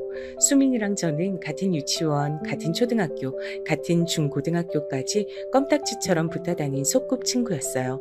수민이는 늘 성격도 다정하고 얼굴도 이뻐서 인기도 많았죠. 고3 때 다른 반이었던 게 너무 아쉬울 정도였습니다. 저희 집에선 제가 의대에 가길 바랬기 때문에 절 항상 쪼아댔어요. 항상 부정적인 말들만 하셨어요. 전 학원이랑 과외에 시간을 뺏겨서 수민이랑 자주 볼 순 없었지만 카톡도 자주 하고 웃긴 게 있으면 같이 공유도 하고 그랬어요. 근데 언제부턴가 수민이가 연락도 뜸하고 바쁜지 전화도 잘 안 받더라고요. 조금 섭섭했지만 고3이라 그런가 보다 하고 저도 공부에 더 매진해야지 했어요. 하루는 수민이가 미나야 나 힘들어 하고 카톡이 왔더라고요. 다시 전화를 하니까 받진 않았어요. 그 다음날 학교에서 만나면 얼굴 보고 얘기나 좀 해야겠다 싶었어요. 오래간만에 본 수민이는 예전 모습이 아니더라고요. 갑자기 얼굴이 반쪽이 됐다고 할 정도로 바짝 말라 있었어요. 그렇게 친했다고 하면서 왜 오랜만에 보냐고 하겠지만 반도 다른 데다 학원에 과외에 눈코 뗄 새 없고 잠깐이라도 쉬는 시간이 되면 부족한 수면을 보충하느라 매점도 잘 못 가고 다른 반에 갈 힘도 기력도 없더라고요. 바쁘게 지내다 보니 마주쳐도 아주 잠깐씩이었던 거죠. 수민이는 미대에 진학하고 싶어 했어요. 학원 선생님이 잘 가르쳐 주셔서 갈 수 있을 것 같다고 너무 좋다고 했었거든요. 장학금 받을 수 있도록 최선을 다해서 가르쳐 주시는데 실력이 많이 늘었다고 칭찬받았다고 웃던 얼굴이 지금도 기억나요. 집안이 그렇게 넉넉하진 않아서 항상 미대 진학을 걱정했었는데 학원의 선생님이 적극 추천해 주시면서 따로 과외도 해주시겠다고 그렇게 웃으면서 말했었는데 그런데 너무 충격적이게도 그 학원 선생님이 따로 집에서 과외를 해주시겠다고 하고 수민이한테 약을 먹이고 몹쓸 짓을 했더라고요. 어떻게 선생이란 사람이 그것도 자기 지위를 이용해서 절박한 사람을 저렇게까지 짓밟을 수 있을까요? 그것도 어른도 아니고 아직 학생인 수민이한테 다른 사람들한테 말도 못하게 영상까지 찍어서 협박까지 했다는 사실에 전 정말 오열했어요. 오로지 좋아하는 그림을 그리고 싶어 했던 아이였는데 저한테 너무 힘들다고 카톡을 보냈던 날이 아마 그 선생님한테 당한 날이었던 것 같아요. 제가 어떻게 그 일을 알게 됐냐면 너무 힘들었던 수민이가 저한테 마지막으로 카톡을 보내고 아파트 옥상에서 뛰어내렸기 때문이에요. 자기한테 이런저런 일이 있었다. 너무 무섭고 겁이 났다. 넌 살면서 이런 일 당하지 않고 아름답고 예쁘게 잘 지냈으면 좋겠다. 너랑 놀면서 같이 그림 그리고 수다 떨던 때로 돌아갈 수만 있으면 정말 좋겠다. 너무 보고 싶다 미나야. 이런 내용이었어요. 저한테도 말도 못하고 괴로워했을 수민이가 너무 보고 싶고 안타까웠어요. 제가 수민이 장례식장에 간다고 하니까 못 가게 말리시는 부모님 앞에서 전 살면서 처음으로 반항이란 걸 하게 됐어요. 거의 눈이 뒤집어졌죠. 가겠다, 가지 마라. 몇 시간을 싸워서 다른 집에서 항의도 들어왔었어요. 결국은 저를 가게 해주셨는데 장례식장에서 몇 시간 동안 빈소에서 울기만 했어요. 수민이 부모님한테 카톡도 보여드렸고요. 두 분이랑 한참을 같이 울었어요. 두 분은 저라도 힘내서 살라고 좋은 대학도 가라고 하셨지만 저는 모든 일이 다 저 때문인 것 같았어요. 그렇게 같이 지내고 온갖 얘기도 하면서 지냈다가 수민이를 혼자 둬서 그런 일이 생긴 것 같은 거예요. 지금은 그 죄책감에서 벗어났지만 고3 때 그 사건은 제 인생을 송두리째 바꿔버렸어요. 방에 틀어박혀서 울기만 하고 수민이랑 카톡 주고받았던 거, 편지 썼던 거 보면서 웃다가 울다가 난리가 났죠. 부모님이 다 갖다 버리려고 하니까 눈이 뒤집어져서 발작까지 하는 바람에 정신병원도 갔었어요. 친구의 갑작스런 죽음으로 너무 스트레스를 받은 것 같다고요. 시간이 필요하다고 하시더군요. 이미 제 인생에서 대학은 별 의미가 없었어요. 고등학교 졸업장만 받고 대학 진학을 하지 않았죠. 그때 정말 제 인생에서 가장 많이 싸운 날이었을 거예요. 과거와 미래까지 다 통틀어서요. 살면서 그때만큼 치열하게 싸운 적이 있나 싶었어요. 부모님도 자기 인생 망치려고 하는 제가 참 답답하셨겠죠. 하지만 저를 조금만 이해해 주셨으면 아마 지금의 제 모습은 달라져 있었을 건데 늘 아쉬워요. 그 나쁜 놈의 미술 선생은 알고 보니까 학력도 위조, 나이도 위조, 모든 게 거짓인 사람이었어요. 결국 모든 게 뽀록나서 가중 처벌받았지만 10년형밖에 받질 않았어요. 미성년자를 성폭행하고 협박까지 해서 사람을 죽게 만들었는데 형량이 그렇단 사실에 전 더욱 분노했죠. 시간이 지나면 지날수록 수민이가 없는 내 삶이 그대로 또 아무렇지 않게 흘러간다는 게 더 슬펐던 것 같아요. 그러다가 정말 아무것도 못하고 죽겠더라고요. 수능은 치질 않았지만 그 이후부터 전 각종 아르바이트를 시작했어요. 학생 때부터 돈 모았던 거랑 알바해서 돈 번 거랑 합쳐서 독립을 했어요. 꽤 열심히 돈 모았거든요. 그 이후에 다니고 싶던 컴퓨터 학원에 다녔고요. 자격증도 다 따고 나중에 일하는 데 필요할 것 같아서 전산 회계 자격증도 땄고요. 그래도 이왕 일하려면 앉아서 할 수 있는 일하자라는 생각이었어요. 이젠 엉덩이가 빠그라질 것 같다고 후회하면서 말이죠. 아르바이트로 생활이 좀 여유로워지고 나서 그래서 수민이가 살아있었다면 같이 가보고 싶고 해보고 싶었던 일들을 하나씩 해보기 시작했어요. 우리는 항상 미래 여행 계획을 짜고 보고 싶었던 아이돌 콘서트에 꼭 같이 가자고 얘기했었거든요. 같이 갔다고 생각하면서 즐겁고 행복하게 추억을 쌓는다는 느낌으로 자전거도 타고 여러 국내 여행지도 다녔어요. 읽고 싶은 책들도 많이 읽고 사진도 많이 찍으러 다녔어요. 외국에도 놀러 가고 싶었지만 아는 사람 하나 없고 말도 잘 안 통하는 낯선 곳이 좀 많이 두렵다고 해야 할까요? 그래서 풍경 좋은 국내로 많이 놀러 다녔어요. 자전거도 타고 다니고 무작정 걸어서 도시를 이동하기도 하고요. 그렇게 미친 듯이 공부해서 자격증도 따고 돈도 벌고 걸어 다니기도 해서 조금씩 죄책감을 지워갔어요. 그리고 좀 안정적인 일자리를 찾은 게 지금 정윤호 교수님 사무실이었어요. 내가 주변을 살피지 않으면 수민이처럼 또 누군가를 잃게 되는 상황이 일어날까봐 항상 교수님 주변이 쾌적하게 일하는데 불쾌감을 가지지 않게 공간도 업무도 계속 정리하고 분류했던 것 같아요. 함께 일하는 사람들이 행복하고 편했으면 하는 마음이 제일 컸던 것 같아요. 교수님이 어떻게 정리했을 때 가장 찾기 쉬워할까 고민도 했고요. 교수님은 젊은 나이라서 그런지 지치지 않고 정말 많은 일들을 열심히 하시더라고요. 그런데 한 번씩 밑에서 일하는 사람들이 서로 다른 일에 서류를 섞어버리거나 보내야 하는 서류를 B 회사나 아예 다른 데 보내버리거나 해서 일하시다가 흐름이 끊기는 경우가 많았어요. 일 분배 자체가 잘못된 것 같더라고요. 맡은 일과 잘하는 일이 달라서 일어나는 문제들이 많아서 조용히 보고서 하나를 작성해서 교수님 메일로 보냈어요. 어떻게 보면 정말 조심스러운 일이었지만 제가 느끼고 지켜본 바를 솔직하게 적었어요. 사실 잘릴 수도 있다고 생각하고 제가 경거망동하는 것처럼 느끼실 거라고 생각하기도 했어요. 근데 이 엄청난 오지랖이 가만히 있질 않더라고요. 직원들의 업무 숙련도, 능숙도, 일 처리 스타일, 좋아하고 흥미있어하는 분야까지 다 조사해서 올렸거든요. 그래서 업무의 차질이 일어나는 직접적인 원인과 그 해결책을 제시했어요. 그리고 이러저러한 프로세스로 운영되고 있는데 그러면 운영은 되어지는 것처럼 보이지만 업무의 정확성이 떨어져서 다시 두세 번 수정해야 하는 번거로움이 생기게 된다고도 얘기하고요. 그래서 플랜 A와 플랜 B를 제시했어요. 평소에는 A로, 어떤 직원이 빠지게 되거나 문제가 생길 시 B로 운영하실 때 가장 효율적으로 교수팀이 운영될 거라고 말이죠. 교수님은 생각이나 하셨을까요? 말단 직원에게 이렇게 팀을 돌려보라고 말을 듣게 될 줄요. 보고서를 다 적고 보내기 버튼을 누를까 말까 100번은 고민한 것 같아요. 사실은 더 한 것 같기도 하네요. 그렇게 소심한 성격이 아니었는데 교수님이라면 내 진심을 알아주시지 않을까 싶어서 결국은 보냈어요. 메일로 답신이 왔는데 정말 고맙다는 대답이었고 이렇게 많은 관심을 가져줘서 고맙다고 해주셨어요. 정말 기분이 좋더라고요. 직접 실행하실지 몰랐는데 교수님은 제가 말씀드린 대로 프로세스를 완전히 바꾸셨어요. 직원들은 이게 무슨 일이지 했지만 그렇게 일하는 과정을 바꾸고 나서 효율이 한 5배는 올라가니까 교수님이 정말 대단하다고 다 칭찬을 하시더라고요. 어떻게 공부만 잘하시는 게 아니라 이렇게 일머리까지 좋으신 거냐고 말이죠. 저는 속으로 정말 으쓱했지만 아무 말 하지 않았어요. 처음엔 맡은 업무를 좀 어색해했지만 바로 자기가 제일 잘하는 분야다 보니까 업무 시간이 현저히 줄어들더라고요. 일을 여러 번 다시 하는 일도 없어지고 오발송되는 문서들이 없어지니까 거래처에서도 정말 좋아하고요. 다들 일 잘하는 분들로 바뀐 줄 알았다고 하시더라고요. 일하는 시간이 실질적으로 줄어드니까 퇴근도 빨라지고 야근하는 일이 없어지니까 다들 몸 컨디션도 좋아지더라고요. 이런 경험을 하고 나니까 교수님을 계속 관찰하게 되더라고요. 교수님이 사실 여기서 가장 바쁜 사람이니까 어떻게 하면 일을 좀 편하게 하실지, 건강은 어떻게 지키실지 절대 눈은 마주치지 않고 조용히 교수님 주변에서 얼쩡거리면서 다 살펴보기 시작했죠.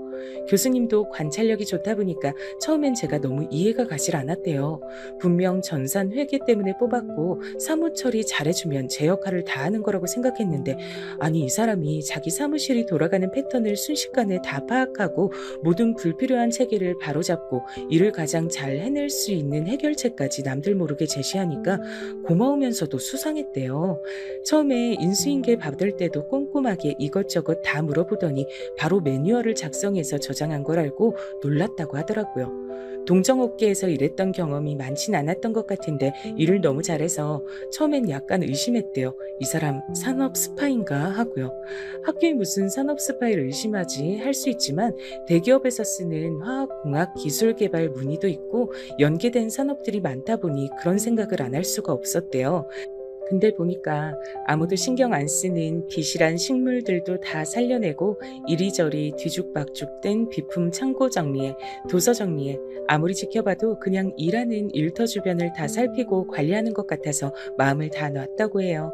그리고 더러웠던 화장실도 이 사람이 들어오고 난 후부터 좋은 냄새 나고 항상 청결하게 관리가 돼서 더 놀랐다고 하더라고요.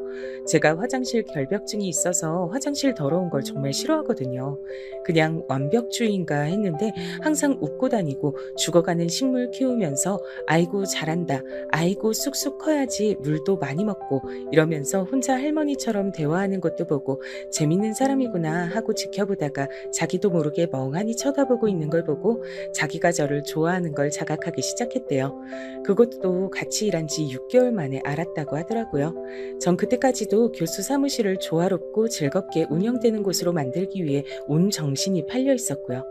업무량을 어떻게 하면 줄일 수 있을지, 어디도 손볼 곳을 없는지 그런 것만 생각하고 다녔으니까 스파크가 튈 일은 없었던 것 같아요. 근데 일하다 보니까 서로 둘이 같이 있는 시간에 계속 눈이 마주치는 거예요. 서로 관찰하고 있었다 보니까 눈이 결국 마주치게 된 거죠.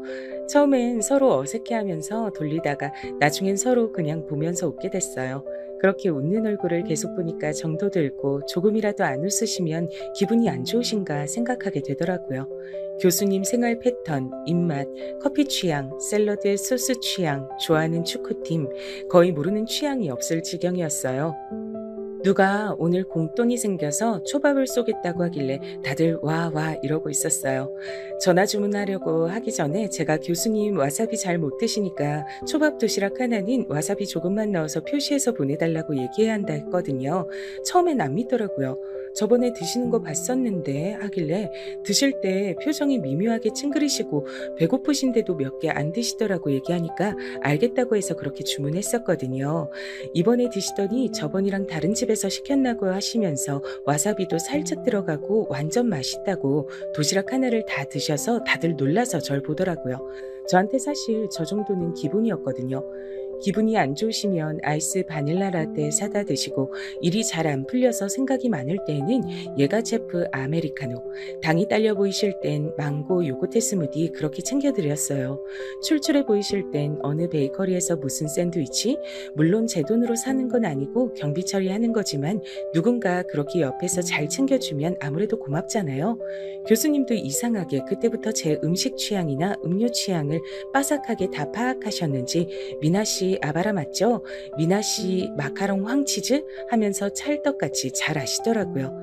제가 좀 힘들어하는 것 같으면 오레오 쿠키가 들어간 슬러시를 사주시고요. 저희는 모르는데 주변 사람들이 슬슬 분위기를 파악하고 있었나 봐요. 가끔 계약직으로 근무하시는 분들이 계신데 그러시더라고요. 둘이 같이 사는 줄 알았다고요. 서로 음식 취향을 너무 잘 아니까요. 꼭 부부 같다고 하는 말에 전 웃고 말았지만 다른 사람들은 늘 의미심장하게 바라보곤 했어요. 뭔가 촉이 온다, 심상치 않다면서요. 전 그때까지도 말도 안 된다고 생각하고 있었어요. 교수님이랑 말단 직원 사이인 하늘과 땅 차이 같았거든요. 그러다가 생각지도 못한 변수가 터지고 말았어요. 코로나가 터져서 직원들, 조교들도 다 확진이 되고 저랑 교수님만 괜찮았던 거예요. 사실 전 사람 만날 일도 없고 일 마치면 혼자 원룸 가서 혼자 여갈 보내는데 익숙해서 괜찮았는데 다른 사람들은 그게 아니었으니까요. 근데 참 재밌는 게 둘만 있는 게 되게 어색할 줄 알았거든요. 근데 편하더라고요. 일상적인 얘기, 옛날 얘기도 하고 같이 업무 정리도 하고요. 제가 안 해본 일도 곧장 잘 해내니까 많이 신기하셨나 봐요. 업무에 대해서 또 이해를 한다는 게 신기하셔서 그러지 말고 학교를 다시 다녀보는 게 어떻겠냐 하시더라고요. 그래서 사실 방통대 재학 중이라고 얘기했어요. 방통대 말고 제대로 학교를 다니는 게 더 좋을 것 같다고 추천해 주셔서 방통대 졸업하고 하고 싶은 공부가 있으면 대학원에 진학을 해볼까 생각 중이라고 말씀드렸죠. 교수님은 학과 공부를 배운 적도 없는 제가 지금 교수님이 가르치시는 교육과정을 다 알고 있고 거기에 업무가 진행되는 상황이나 과정을 다 알고 있다는 걸 너무 신기해하셨어요. 제가 질문 한 번 안 하고 일을 다 처리하니까 정말 놀라시더라고요. 그 전부터 정말 궁금했었는데 실례인 것 같아서 말을 못했어요. 혹시 대학을 왜 안 갔는지 물어봐도 돼요? 교수님은 어렸을 때부터 같이 자란 친구가 있으세요? 항상 모든 순간 함께하고 단짝처럼 붙어 다니던 친구가 학원 미술 선생에게 안 좋은 일을 당해서 자살을 했는데 제가 그때 공부한다고 전혀 도와주질 못해서 너무 미안했어요. 항상 모든 걸 같이 하고 공유했던 사이인데 대학 한번 가보겠다고 그 친구가 가장 힘들 때 알지 못했던 게 정말 너무 미안한 거예요. 너무 힘들어서 진학 포기하고 돈 모아서 부모님이랑도 따로 살고 있어요. 다른 분들처럼 너무 아깝다, 학교 갔으면 좋겠다 이런 얘기를 하실 거라고 생각했는데 교수님은 친구 때문에 많이 힘들었겠다. 그래도 나쁜 생각하지 않고 잘 해오고 있었네요. 대견하다. 이렇게 얘기하시더라고요. 그 일 이후로 평생 흘릴 눈물 다 흘린 것 같았는데 그때 펑펑 애기처럼 울어버렸어요. 남자 품에 안겨서 꺽꺽 소리내면서 운 게 처음이었는데 토닥토닥 해주시면서 달래주셔서 그때부터 이성으로 좋아하게 된 것 같아요. 그 다음날 팅팅 부은 눈으로 인사했더니 눈이 너무 귀엽다고 한참을 웃으시더라고요. 어제 일이 미안해서 집에서 샌드위치를 싸서 갔는데 직접 만든 거라고 하니까 너무 좋아하시는 거예요. 파는 음식만 먹다가 누가 직접 만들어주는 음식을 먹는 게 더 건강해지고 힘이 나는 느낌이라서 좋다고 하시더라고요. 심지어 요리도 잘한다고 칭찬하시는데 어제부로 좋아하는 마음이 생겼다 보니까 칭찬 한마디에 너무 부끄러우면서도 좋더라고요. 그래서 간단하고 맛있어 보이는 레시피가 있으면 만들어가서 같이 먹고 그랬어요. 코로나 때문에 밖에선 못 먹으니까 그런 재미도 있더라고요. 하루는 교수님이 자기 집으로 초대하고 싶다고 하는 거예요. 오늘은 자기가 요리사 하겠다고 하더라고요. 점점 교수님을 좋아하는 마음이 깊어지던 때라 흔쾌히 승낙을 했어요. 교수님이 나쁜 짓 할 사람도 아니란 것도 확신했고요. 근데 정말 생각보다 요리를 너무 잘하는 거예요. 혼자 산 지 오래돼서 웬만한 음식은 다 할 줄 아신다고 하더라고요. 남자를 제대로 사귀어 본 적도 없다 보니까 이런 상황이 낯설고 어색했지만 대화도 잘 통하는 데다 편안하고 재밌어서 낯설었어요. 일하는 곳에서의 흐트러짐 없는 모습만 보다가 이런 편안한 모습이 정겹고 좋았어요.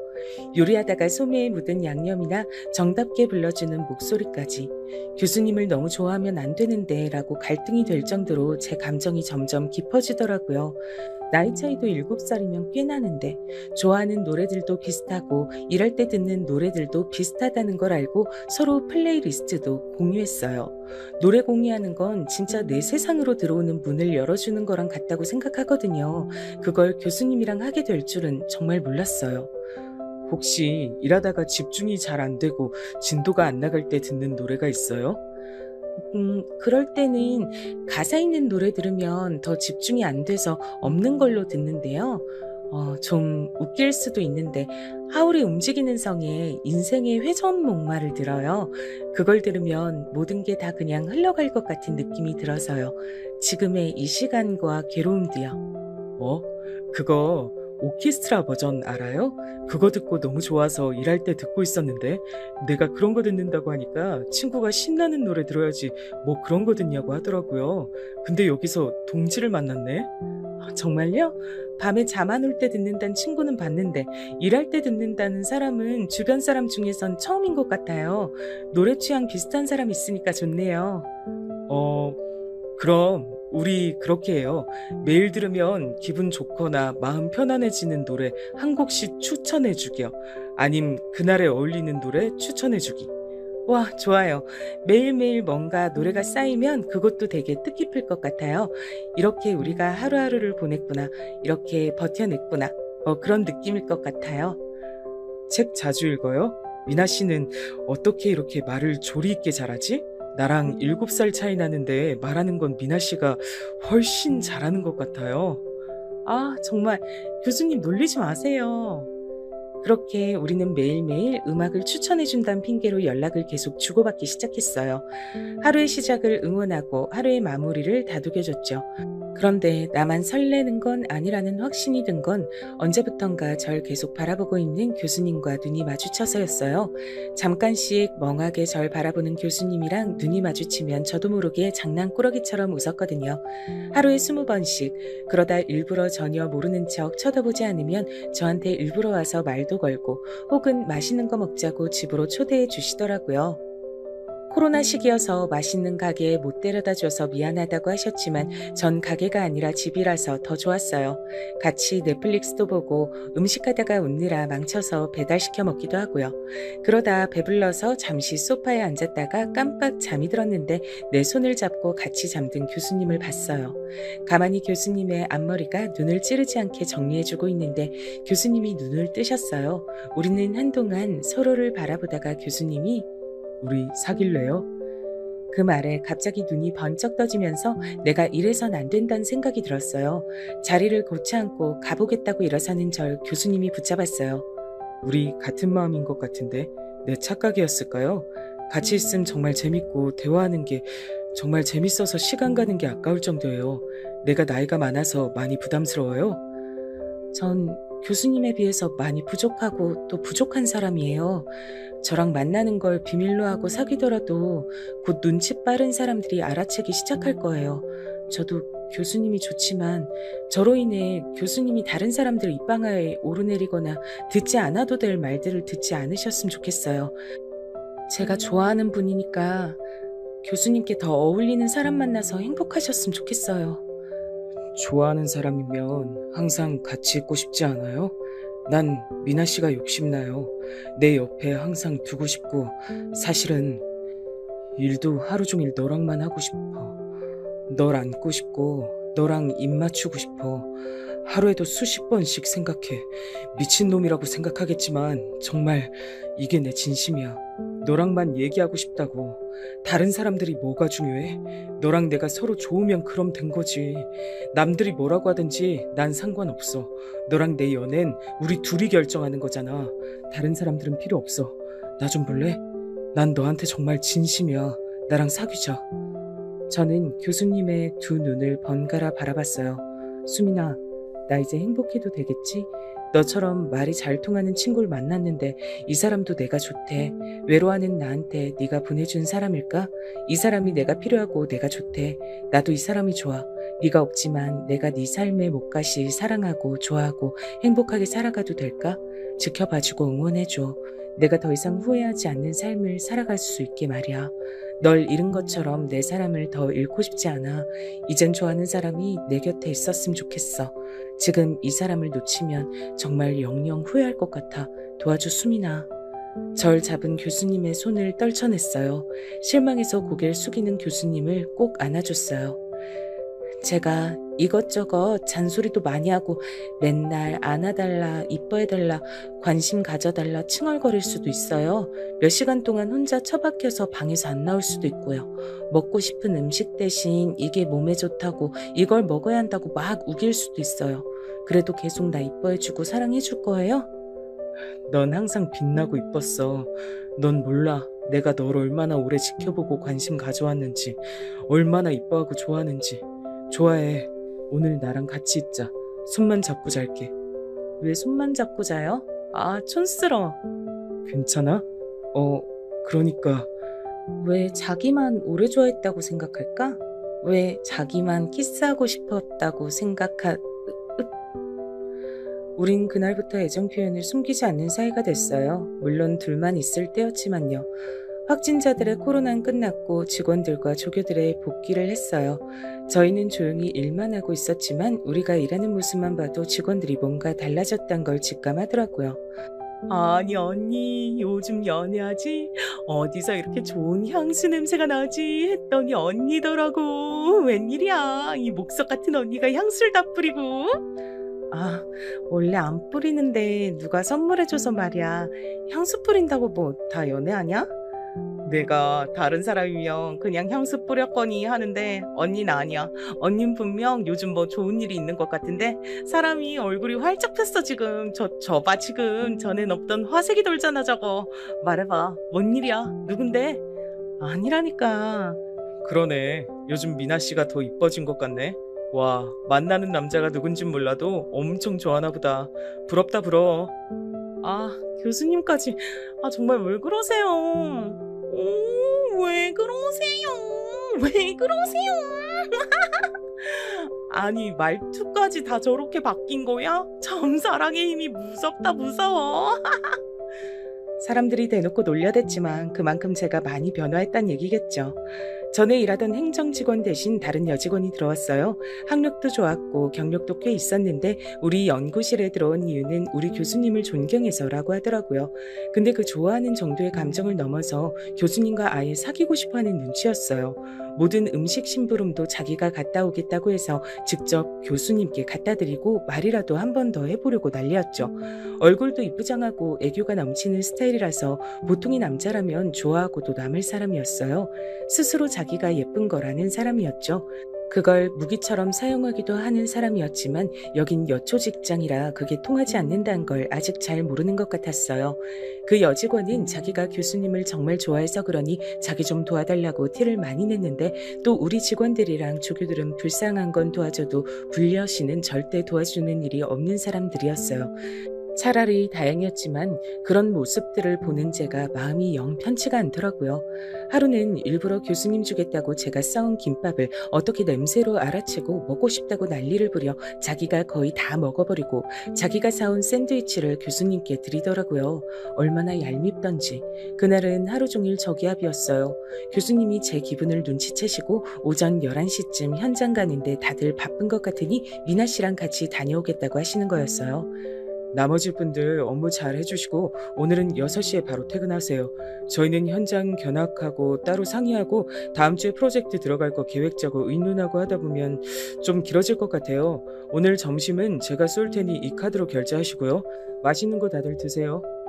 교수님, 현장 견학 저도 가고 싶었는데 오늘은 제가 가면 안 될까요? 행정직원이 굳이 현장 견학 갈 이유가 없을 것 같은데요. 그 말에 그 여직원은 잠시 얼굴이 울그락불그락 하더니 절 깔아뭉개기 시작했어요. 미나 씨는 잡무 처리하시는 분 아니세요? 고졸 직원이랑 굳이 업무 상의하시고 계획까지 짜실 필요 있나요? 다른 사람들이 알면 놀랄 텐데요. 뭘 잘 모르나 본데 미나 씨 최종 학력이 그럴 뿐이고 지금 대학교 재학 중이에요. 그리고 아마 능력치는 지금 얘기하는 그쪽보다 5배나 더 높을 겁니다. 여기 모든 체계를 잡은 게 미나 씨예요. 저도 잘 못하는 일을 다 알고 하고 있고 이곳을 다 살피는 사람이라 제가 믿고 쓰는 겁니다. 주영 씨라고 하셨죠? 저번에도 서류 업무 처리가 잘못돼서 본관 행정팀에서 문제 생겼던 것 같은데요. 입사하신 지 2주일 지났는데 업무 파악이 좀 느리신 것 같습니다. 업무 숙달에 전념하셨으면 좋겠네요. 그리고 전 인성 안 좋은 사람을 정말 싫어합니다. 업무 분위기 해치고 다른 직원들 불쾌하게 만드는 일이 더 없었으면 좋겠네요. 미나 씨, 가죠. 다른 사람들 말을 들어보니 그 행정직원은 한참을 열받아 했다고 하더라고요.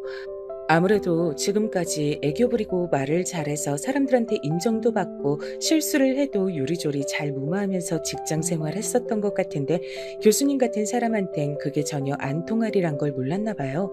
도리어 교수님한테 남들 다 보는 자리에서 확 찍혀버렸으니 자존심에 확 금이 가버린 거죠. 성큼성큼 걸어가는 교수님의 등짝에 날 열받았음이라고 적혀있는 것 같았어요. 현장 가서도 저 기분이면 어떡하나, 내가 같이 일을 하러 가는 게 도움이 될까? 별의별 생각이 다 들었어요.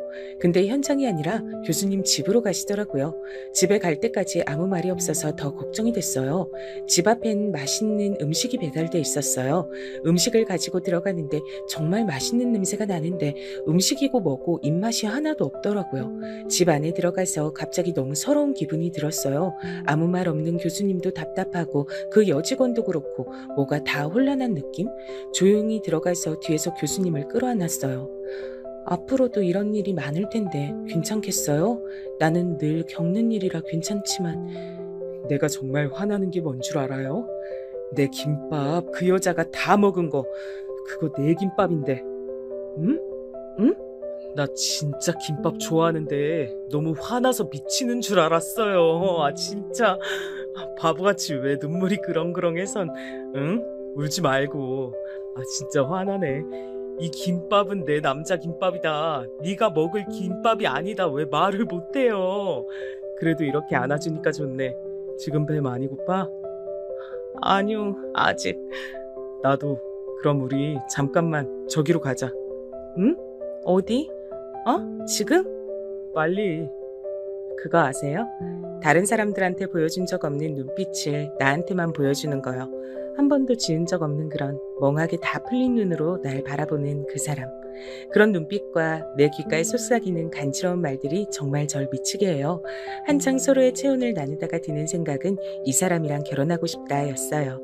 그런 행복한 삶이 나에게 허락이 될까 잠시 아련해졌어요. 내 눈빛을 읽은 건지. 무슨 생각해?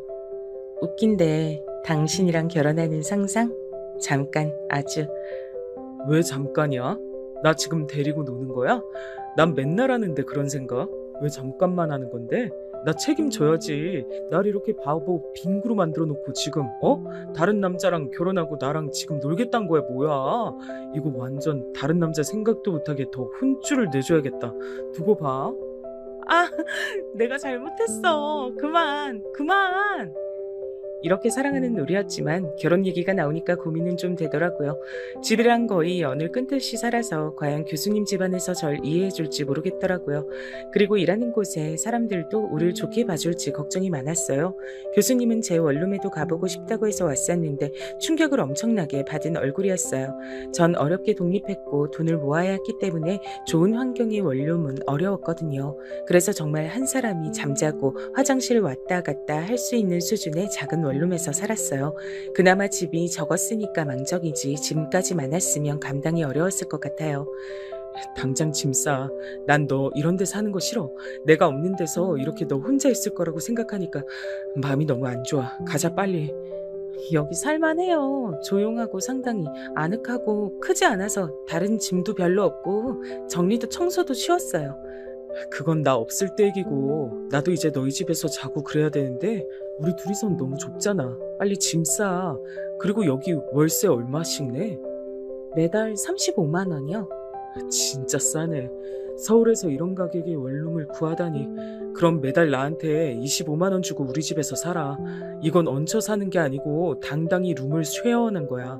그 정도 가격이 나한테도 적당하다고 생각해. 아니, 그렇지만 어느 부모님이 시골 얘기도 전에 며느리랑 아들이 같이 사는 걸 좋아하시겠어요. 그리고 내가 너무 민폐예요. 아니, 우리가 남이야? 우리 엄마 아빠 이혼하시고 각자 가정 이루셔서 상관없어. 나만 행복하게 살 수 있는 여자 만나면 아무것도 바라는 거 없다고 하셨던 분들이야. 결혼식 안 오셔도 난 상관없어. 그분들 인생이시니까 낳아주신 것만 해도 난 감사해. 나 같은 환경에 몸이 아픈 친구들도 많더라. 근데 난 아니잖아. 정말 복 받은 사람이라 생각하고 있어.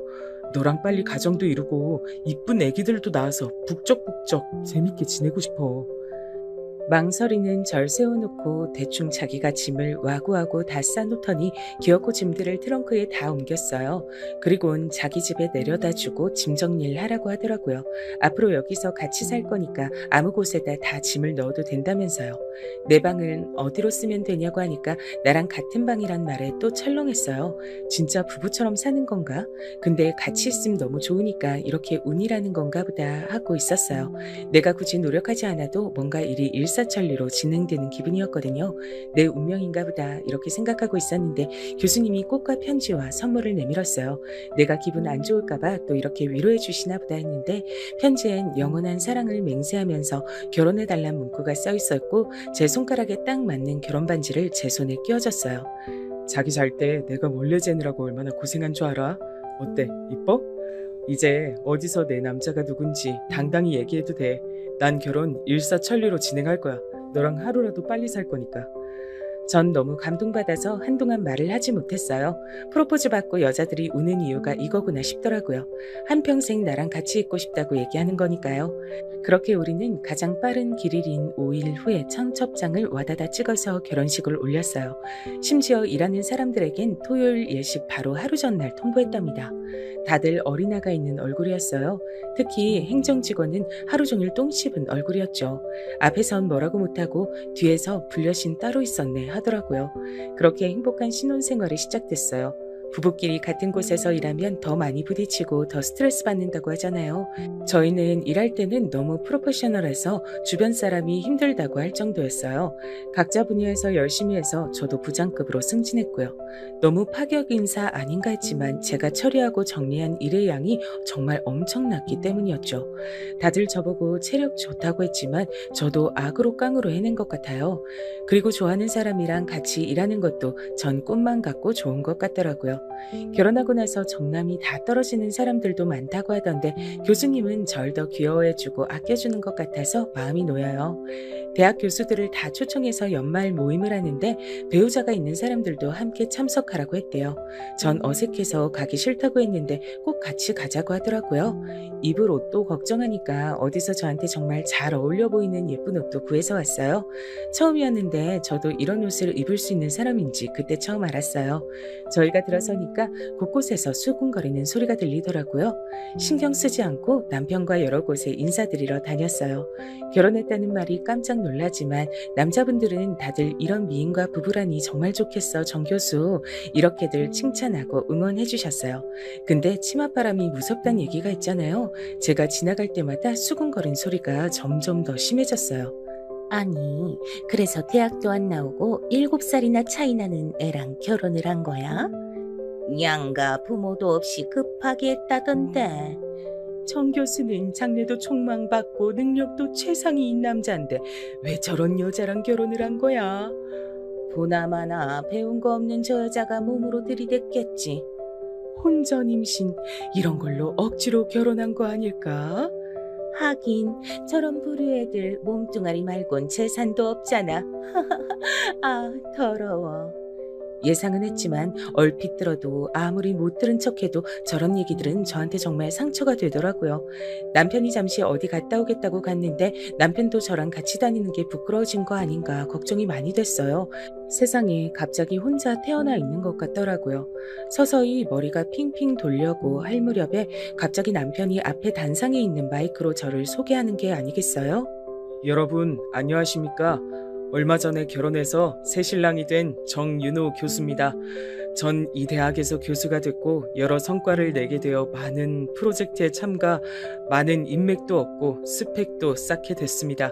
제가 가장 자랑스러워하는 스펙은 바로 제 아내를 이 대학에서 만난 거였습니다. 잠시 저희 교수팀을 도와주러 들어온 알바생으로 만났었는데 일을 너무 잘해서 지금은 부장급 직함을 달고 있습니다. 제가 편애해서가 아니라 절 음으로, 양으로 가장 많이 도와준 직원이었기 때문입니다. 저희 사무실 식물, 화장실, 주변 청소, 정리는 기본이고 저희 사무실의 모든 업무 처리를 아주 체계적으로 바꿔줘서 일의 강도가 원래 10이었다면 3으로 바꿔준 은인과도 같은 사람입니다. 아마 이 사람이 없었으면 전 지금의 많은 업적들을 5년 후에나 이룰 수 있었을지도 모르겠습니다. 하지만 한간에는 아내의 그런 능력은 모르고 고졸 출신의 여자가 몸으로 들이대서 교수를 꼬셨다고 생각하는 사람들도 있나 봅니다.